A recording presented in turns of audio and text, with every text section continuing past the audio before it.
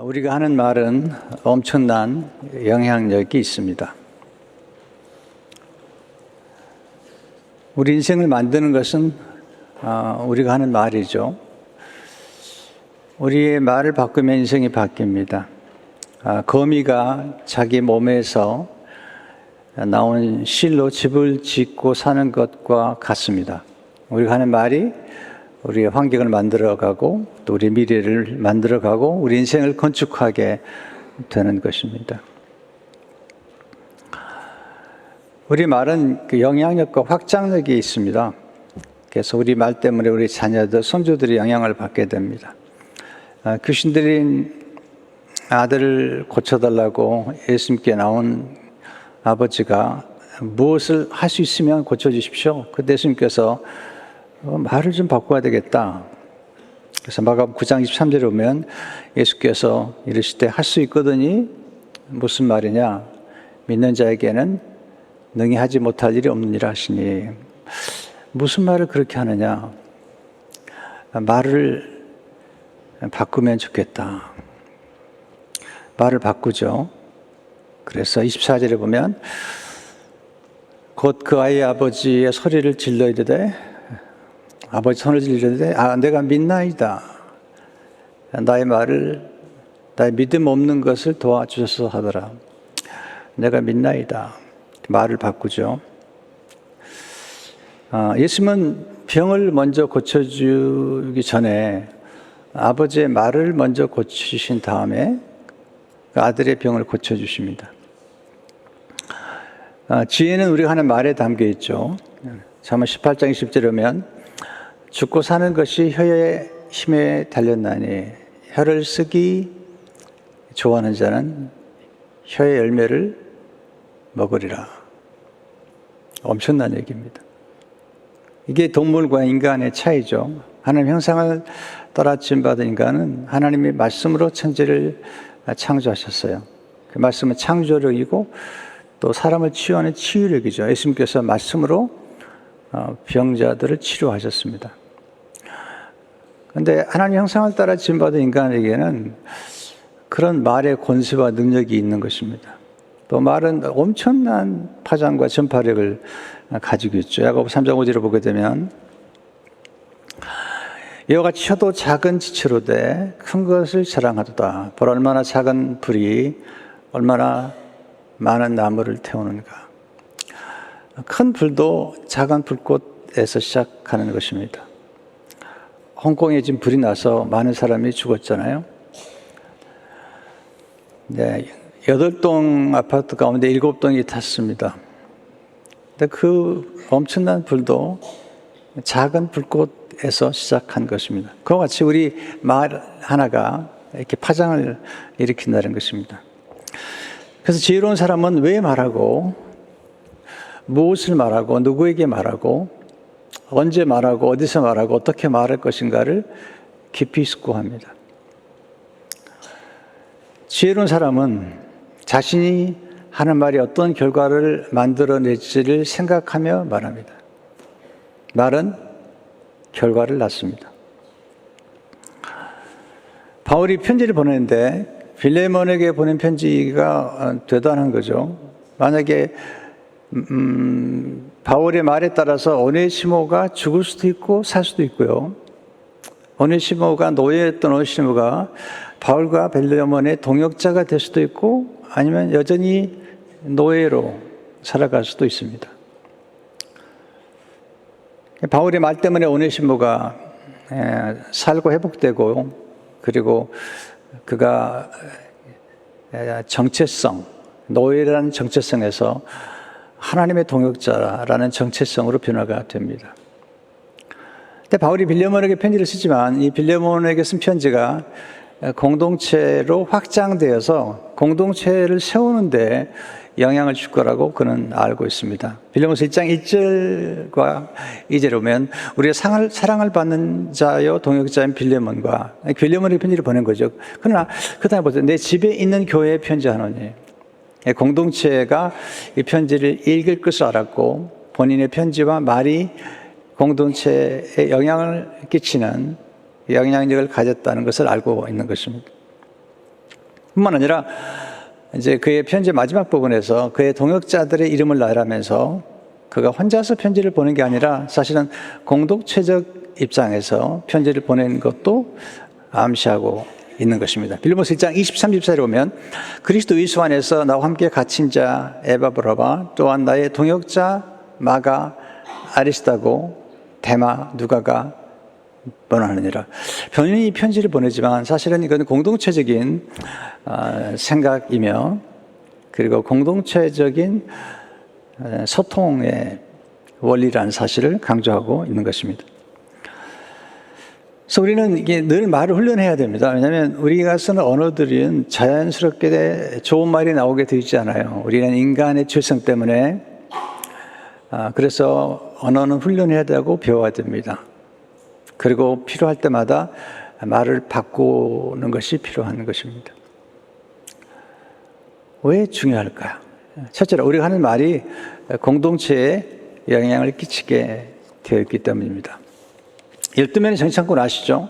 똑같은 땅을 봤는데 똑같은 땅과 사람을 봤는데 너무 다르죠. 인생의 문제는 시선에 있습니다. 무엇을 보며 어떻게 보느냐에 따라 인생은 결정됩니다. 똑같은 약속의 땅을 보고 여호수아와 갈렙은 하나님이 주신 땅이라고 극찬했지만 10명의 정탐꾼은 악평했습니다. 그리고 그 가난한 사람들은 거민들이고 본인은 메뚜기 같다. 스스로를 메뚜기 같다고 말하면서 그들의 말이 그들의 정체성, 그들의 자아상을 만들어낸 것입니다. 그래서 그 말이 얼마나 큰 영향을 끼치는지 모르잖아요. 나쁜 영향을 주는 소통은 더 강렬하게 확장이 되고 전파력이 더 빠릅니다. 사람은 긍정적인 생각보다 부정적인 생각을 많이 하고 살고요. 또 긍정적인 생각을 가진 사람보다는 부정적인 생각을 가진 사람이 많습니다. 또 긍정적인 말이 파장을 일으키기보다는 사실은 부정적인 말이 전파력이 빠른 것입니다. 10명의 정탐꾼의 말을 들은 그 땅은 악평을 하면서 거민을 삼키는 땅이요 그들은 거인이요 우리 메뚜기 같다고 하는 이 말을 들은 이스라엘 온 회중이 그 영향을 받아서 밤새 통곡을 하고 그리고 원망을 하는 겁니다. 민수기 14장 2절 4절을 보세요. 이 소통이 얼마나 무서운 영향을 끼치는지 온 회중이 소리를 높여 부르짖으며 백성이 밤새도록 통곡하였더라. 이스라엘 자손이 다 모세와 아론을 원망하며 온 회중이 그들에게 이르되 우리가 애굽 땅에서 죽었거나 이 광야에서 죽었으면 좋았을 것을 어째 우리가 여호와가 우리를 그 땅으로 인도하며 칼에 쓰러지게 하려 하는가? 우리 처자가 사로잡히리니 애굽으로 돌아가는 것이 낫지 아니하랴. 이에 서로 말하되 우리가 한 지휘관을 세우고 애굽으로 돌아가자 하매 하나님 원망하고 모세 원망해서 새로운 지휘관 세워서 애굽으로 돌아가자고 얘기하는 거죠.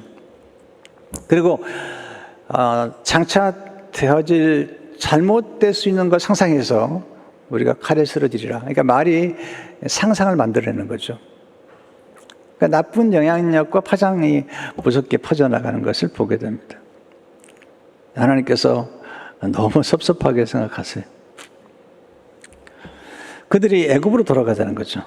우리가 한 지휘관을 세우고 애굽으로 돌아가자. 우리 언어에 따라서 우리 인생의 방향이 바뀝니다.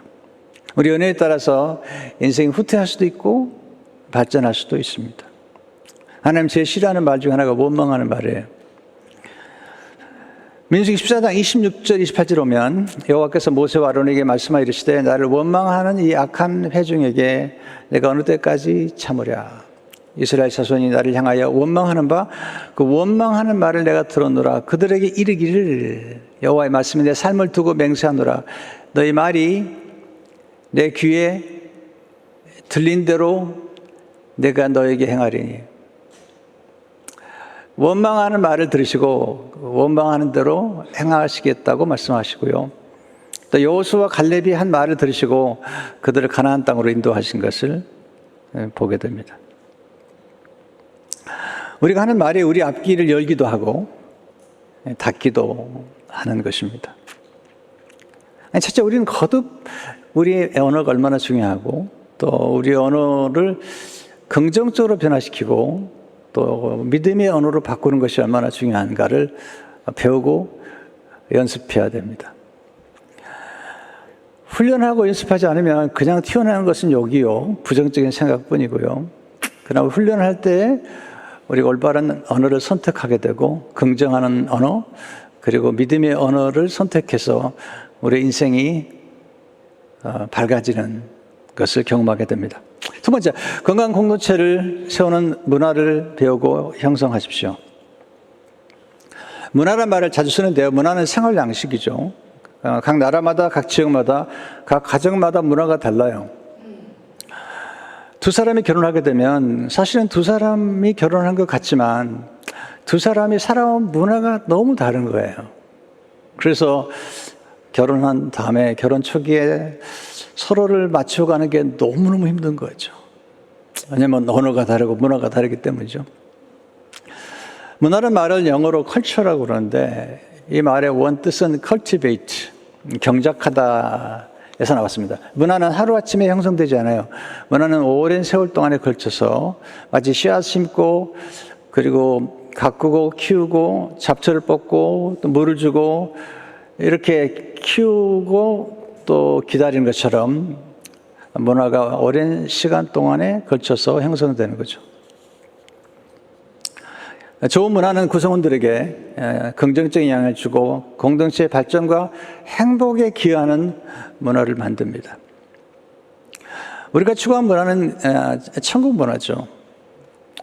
여러분 교회 여러 군데 다녀보셨잖아요. 교회마다 문화가 달라요. 어떤 교회는 싸워요.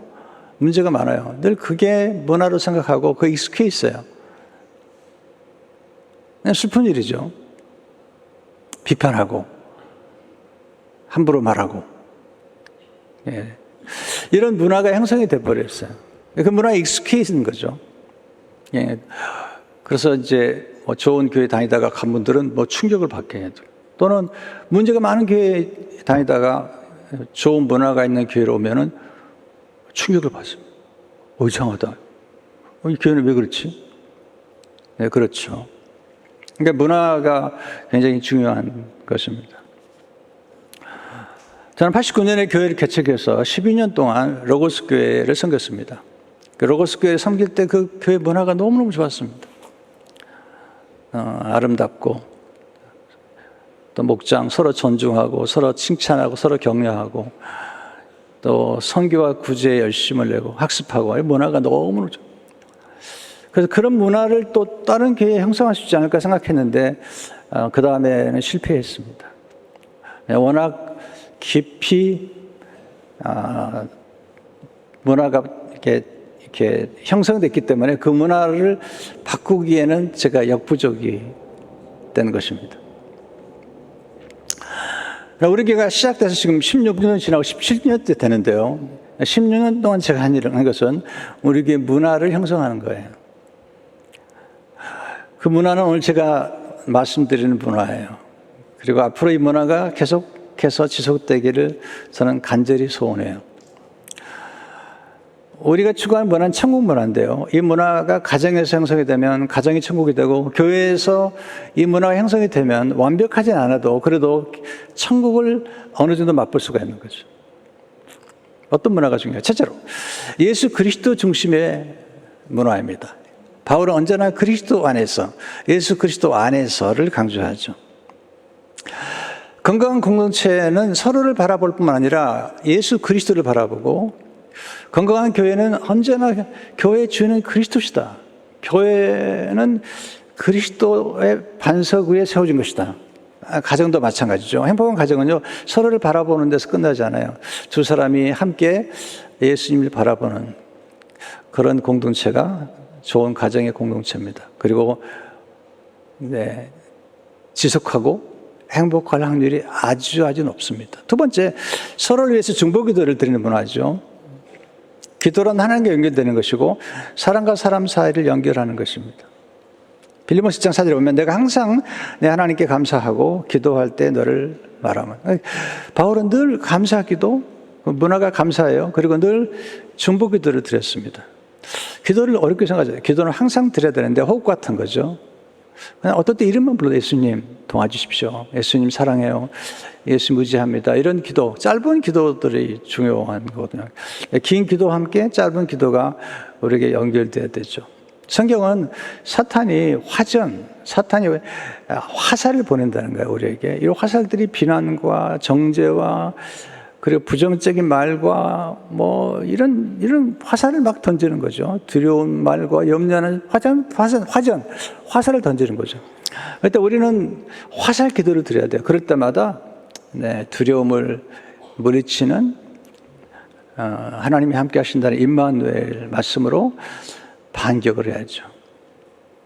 염려하면 기도와 감사로 반격을 하고, 핍절한 생각을 집어주면 하나님은 풍성하시다, 그 필요를 채우시는 하나님이시다라고 하는 이런 말씀의 묵상과 암송으로 이게 화전을 던져서 함께 말씀으로 기도를 하면 이게 화살 기도가 되는 거예요. 그래서 어디서나 기도할 수 있는 거죠. 뿐만 아니라 서로를 위해서 중보하는 기도가 너무 중요한 거죠. 우리 교회는 중보기도를 열심히 하는 교회 중 하나잖아요. 지금도 2층 중보기도실에는 오늘 예배를 위해서 중보하는 분들이 모여서 중보하고 있죠.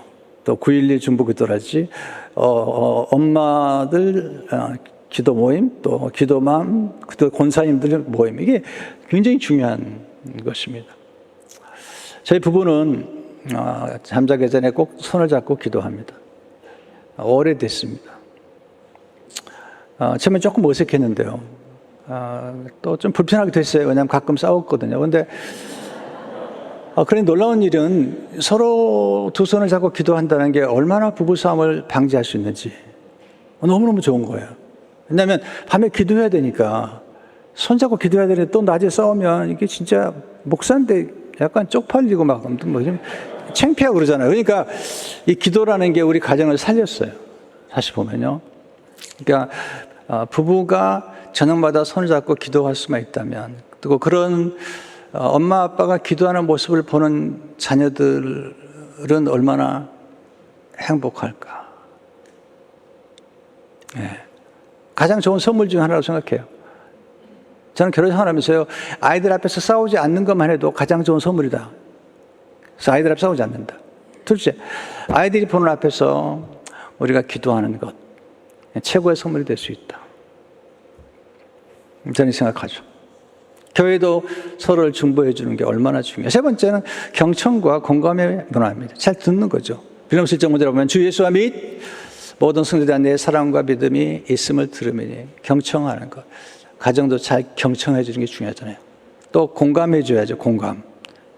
바울은 빌레몬의 아픔을 공감해 주잖아요. 또 오네시모의 아픔을 공감해 주잖아요. 공감이란 상대방의 입장에서 생각하고 그의 감정을 느끼고 인정해 주는 것입니다. 공감이 쉽지 않아요. 근데 또 가능하죠. 노력하면. 제가 어제 우리 교회 출석은 안 했지만 예배 말씀을 듣는 권사님이 연락을 했어요. 목사님, 제가 14년 동안 함께 살았던 반려견이 제 곁을 떠났습니다. 너무 슬픕니다. 14년 동안요. 이분도 혼자 사시면서 딸 키우는 그런 혼자 살면서 딸을 키우는 그런 엄마죠. 제가 연락했습니다. 얼마나 슬프세요? 얼마나 힘이 드세요? 14년 동안 같이 살았는데. 그때 연락이 왔어요. 목사님, 너무너무 감사해요. 위로해 주셔서. 제가 만약에 이렇게 답변했으면, 반려견 좀 죽었다고, 뭐, 그러십니까? 또 사면 되지, 막 그러면서. 이거 개판이네, 막 그러면서. 여러분 생각해 보세요. 똑같은 말이지만, 여러분 저는 이민목회다 보니까 신자들 가운데 반려견이 아프면 기도를 부탁해요. 기도를 해줘요. 여러분 심각하잖아요. 반려견, 반려묘 얼마나 사랑스럽고 얼마나 소중한지 몰라요. 공감해 주는 게 중요하다고 생각해요.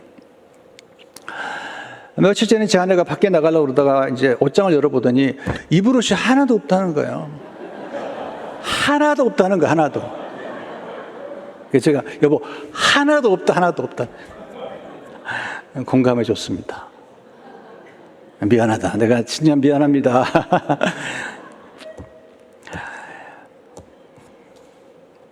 만약에 제가 옷장을 활짝 열고 이것 좀 보라고 그랬으면 되게 좋겠죠. 백이 하나도 들 게 없대요. 네, 신상이 없으면 안 되는 거죠. 사실 우리가 뭐 간단한 거지만 이 공감 한마디에 굉장히 위로를 받는 것 같아요. 네 번째, 존중과 인정의 문화죠. 존중이란 상대방의 가치를 인정해 주는 거죠. 바울은 지금 빌레몬에게 존중하고 그 당시에 노예, 종이었던 오네시모를 아주 존중하고 있는 것입니다. 서로 존중하는 것. 히브리 10장 24절에 보면 서로 돌아보아 사랑과 선행을 격려하며 공동체를 무너뜨리는 것은요, 엘리트식. 나만 특별하다고 생각하는 거예요.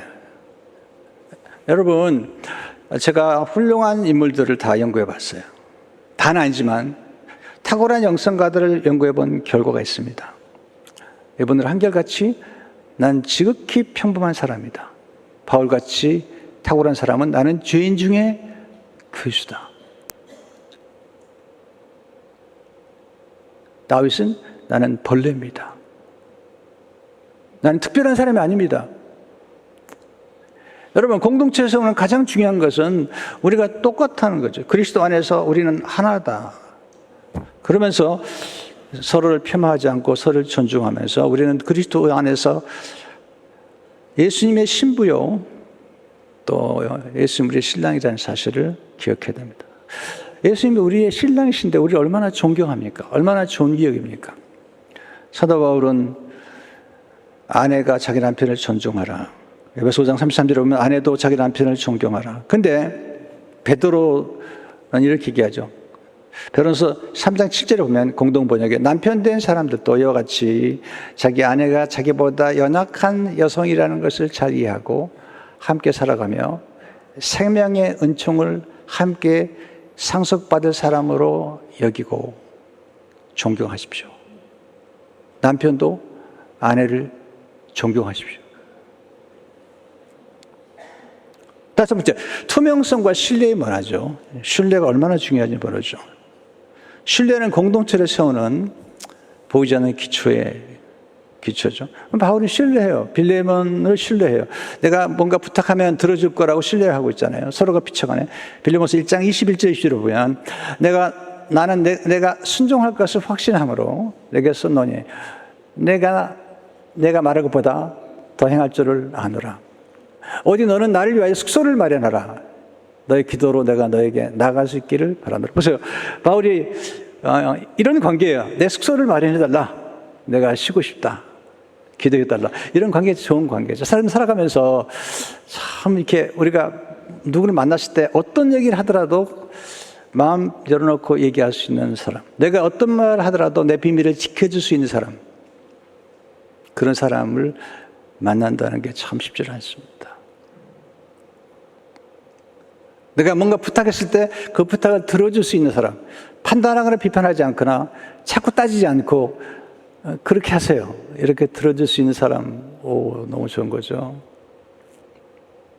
바울이 그런 사람으로 빌레몬을 얘기하고 있는 것입니다.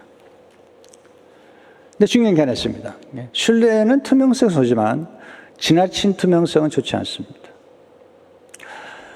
한병철 철학자가, 이분이 지혜독 철학자인데 책을 정말 기가 막히게 쓰는 분이에요. 이분이 투명사회라는 책에서 이렇게 얘기합니다. 투명성에 대한 강박은 인간마저 평준화하여 시스템의 기능적 요소로 만든다. 이런 점에서 투명성은 폭력이다. 모든 정보를 가지고 악용하는 것, 괴롭히는 것, 이게 지금 이 세상에서 지금 수많은 정보를 가진 사람들이 하고 있는 거잖아요. 투명성은 폭력이다. 저는 하나님을 믿으면서 하나님 나의 모든 것을 알면서도 나의 모든 죄를 덮어주시는 걸 경험했어요. 하나님이 나의 모든 것을 알고도 그리고 사랑해 주는 걸 경험했어요. 한별철 씨는 이렇게 말해요. 기계는 투명하지만 인간의 영혼은 투명할 수 없다. 인간의 영혼은 투명하면 타볼 수밖에 없다. 인간은 반드시 그늘이 필요하다. 피난처가 필요하다. 비밀을 덮어줄 수 있고 죄악을 덮어줄 수 있는 그런 피난처. 이걸 구속이라, 오토먼트란 말을 쓰는데 구속이란 말은 덮어주는 거죠. 십자가는 덮어주는 것이에요. 우리 허물을 덮어주는 것이죠. 그러니까 투명성은 중요해요. 그렇지만 그 투명성이 악용되지 않도록 해야 되고 다른 사람의 비밀을 지켜줄 수 있어야죠. 그게 신뢰를 가는 거죠. 저는 한때 지나친 투명성을 강조했던 분을 모신 적이 있어요.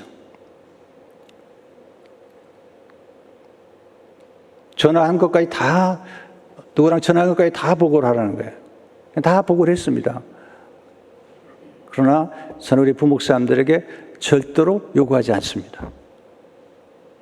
우리 부목사님들이 신자들과 만나서 나눈 대화 가운데 부목사님들에게만 얘기해서 비밀을 지켜달라고 한 것들에 대해서는 제게 얘기하라고 하지 않습니다. 내가 특별히 기도해야 될 내용이 있으면 물론 얘기하겠지만 얘기하지 않습니다. 누군가의 사랑을 받고 도움을 받았다고 해도 제가 묻지 않습니다. 그것은 인격적인 관계에 있어서 가장 중요한 신뢰의 관계이기 때문이죠. 저는 우리 부목사님들을 감독하지 않습니다. 저는 신뢰하고 일을 맡깁니다.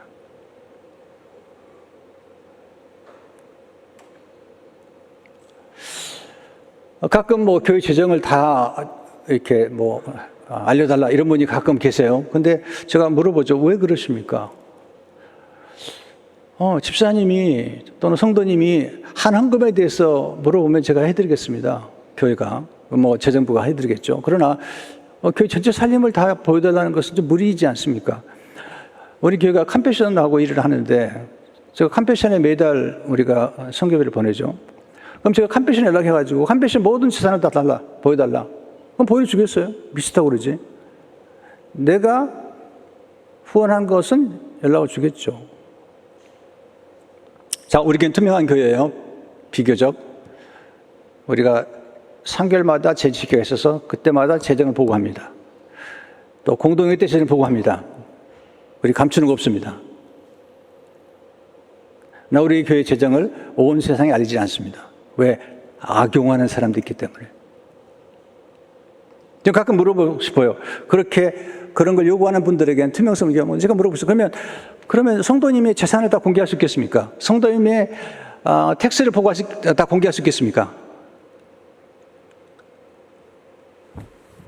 우리 아이들이요, 딸이 둘인데요, 사이가 둘인데요, 월급 얘기를 안 해줍니다.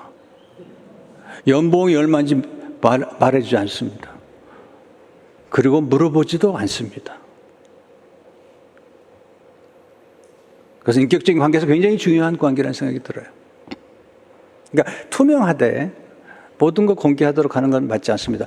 우리 모든 인격체에는 비밀을 간직할 수 있는 그런 권리를 줘야 됩니다. 여섯 번째, 용서, 화해 문화죠. 서로 용서하고 화해하는 건 얼마나 중요한지 몰라요. 싸워도 괜찮아요. 그러나 용서하지 않으면 안 되죠. 그거 힘들죠. 교회는 용서하고 화해하고 이런 공동체가 되어야 되겠죠. 결혼이란 두 죄인이 만나서 결혼하는 거예요. 그래서 완벽하지 않아요. 어떤 가정이 행복한가? 용서하고 화해하는 거죠. 그러면 행복한 거죠. 바울은 빌레몬에게 오네시모를 용서해달라고. 용서하는 공동체. 화해하라고. 화해하죠. 일곱 번째, 갈등 해결을 위해서 건강한 소통 문화가 필요하죠. 저는 갈등이 없거나 그리고 문제가 없는 교회가 건강하다고 생각하잖아요. 그러나 갈등과 문제를 자체적으로 해결할 수 있는 능력이 필요해요. 즉 갈등과 문제를 통해서 성장하는 교회, 성숙하는 교회가 필요한 거죠. 우리 몸에는 다 어느 정도 병이 있어요. 병균도 있고요. 그렇잖아요. 아시잖아요. 그러나 이걸 스스로 이겨내잖아요. 어느 정도는요. 자체 면역력 가지고. 교회도 마찬가지죠. 어떤 자체 면역력을 가지고 해결을 해야죠.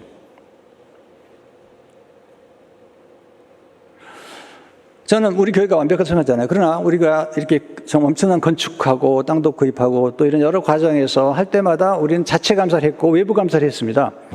그런데 너무너무 좋았어요. 우리는 투명하게 할 수 있다. 그래서 우리가 건축할 때도 은행에서 요구하면 뭐든지 그냥 바로바로 벌어지는 거예요. 왜?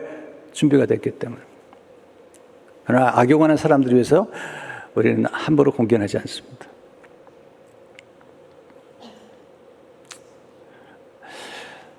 중요한 건 갈등이 생겼을 때 화해를 목표로 대화하라는 거죠. 그리고 그런 갈등을 극복해 나가는 지혜가 필요한 것입니다. 하나님의 뜻을 함께 이루는 공동체가 아름다운 공동체죠. 행복한 결혼 생활은요, 서로를 바라보면서 행복을 추구한다고 행복하지 않아요. 뭔가 좋은 뜻을 향해서 목표를 세워야 돼요. 에베소 2장 10절을 보세요. 우리가 구원받은 다음에 하나님 원하시기 우리는 그의 만드신 바라, 우리의 걸작, 하나님 걸작이래요. 마스터피스래요. 그리스도 예수 안에서 선한 일을 위하여 지으심 받은 자니 이는 하나님이 전에 예비하사 우리 그 가운데 생하게 하려 하십니다. 우리가 구원받은 궁극적인 목적은 뭐냐면 선한 일을 행하는 거예요. 사람은 선한 일을 할 때 행복해요. 우리가 다음 주에 우리가 선교의 바자에 한대요. 선교의 바자에 하면서 우리가 착한 일을 하는 거죠. 놀라워요. 착한 일을 하면 행복해져요. 내가 움켜쥐면 행복한 게 아니에요. 네, 저는 물어봐요. 지난주도 개업하는 가정에서 예배 드렸는데 제가 물어보면 돈 벌어서 뭐 할 겁니까? 돈 벌어서 뭐 할 겁니까? 이게 없으면요 인생은 의미가 없는 거죠. 우리의 목표는 성공이나 돈의 축적이 아니죠. 우리의 목표는 나눔에 있고 베품에 있고 내가 사용할 수 있는 것을 공유해서 나누는데 진정한 행복이 있는 거죠. 진정한 공동체는 자기 자신만을 위한 공동체는 절대로 행복할 수 없어요. 절대로 발전할 수 없어요. 반드시 사회를 위해서, 지역사회와 선교를 위해서 존재할 때만이 공동체가 건강하죠. 우리가 지난주에 우리 추수감사헌금을 드렸습니다. 우리 추수감사헌금 다 밖으로 내보냅니다. 왜? 우리만을 위해서 존재하는 교회가 아니기 때문이죠. 우리는 선교를 위해서 부름받았고 구제를 위해서 부름받았어요. 그래서 우리가 선한 일을 하는 거예요. 선한 일. 착한 일을 하는 거죠.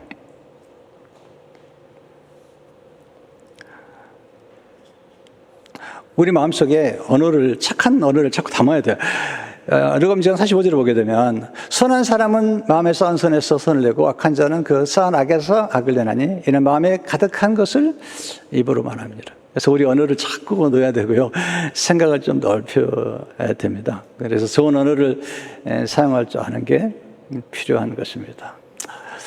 제가 보니까 이 생각이 너무 중요한 거예요. 왜냐하면 생각에서 언어가 만들어지고 생각에서 감정이 만들어져요. 두려운 생각이 딱 치잖아요. 그걸 내가 받아들이면 두려워져요. 그런데 생각이 딱 들어왔는데 제가 그리스도에게 생각을 사로잡아 봐서 두려움을 물리칠 수 있어요. 왜냐하면 이사야 41장 10절에 보면 두려워하지 말라. 내가 너와 함께 합니다. 그 말씀으로 막아치는 거예요. 우울하잖아요. 그러면 가만히 있으면 더 우울해져요. 움직여야 돼요. 음악을 듣든지 책을 보든지 아니면 춤을 추든지 움직이면 금방 달라져요. 왜냐하면 우리의 생각과 우리의 감정이 다 연결되어 있기 때문이죠. 그래서 언어라는 게 너무너무 중요한 거죠. 특별히 우리 인간의 영적인 존재이기 때문에 말이 영이에요.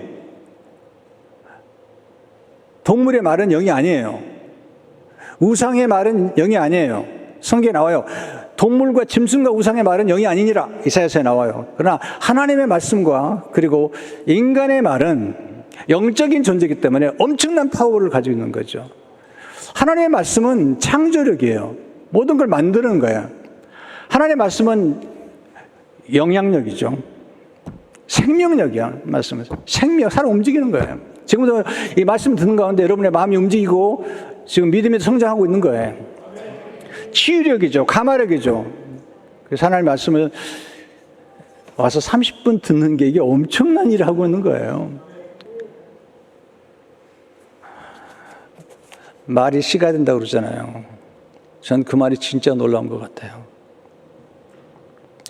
지난 금요일 날 우리 김지훈 목사님 스노보드를 타다가 사고가 나가지고 반신부수가 되고 지금은 이제 휠체어에서 움직이는데 놀라워요. 그러면서 이 부모님이 목사님이시고 아드님인데 우리 교회 설교를 듣고 힘들 때 설교를 듣고 힘을 얻어서 하나님 은혜로 이분이 신학교를 가고 그 다음에 그 영국의 유니버시티 오브 에버딘 거기서 박사학위를 받고 지금 덴버시 교수님이 되셨어요.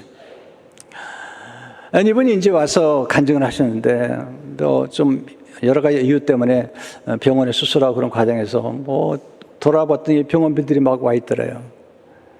그런데 이분이 편지를 썼어요. 자기 형편을 쓱 편지를 썼더니 2주 안에 각 병원에서 연락이 왔더래요. 탕감해 주겠다고. 그 중에 한 병원은 60만 불을 탕감해 주겠다. 편지 한 장에, 솔직한 진실한 편지 한 장에 병원비도 탕감해 주는 거예요. 말 한마디에 천냥빚을 갚는다고요? 갚을 수 있어요. 네. 그러니까 우리 언어가 얼마나 놀라운지 알아야 됩니다. 그래서 오늘 이 말씀을 듣고 우리 언어가 우리 자녀를, 우리 선조들에게, 우리 공동체에 영향을 끼치는 걸 알고 말을 통해서 여러분 풍성한 삶을 사시기를 축원합니다. 하나님.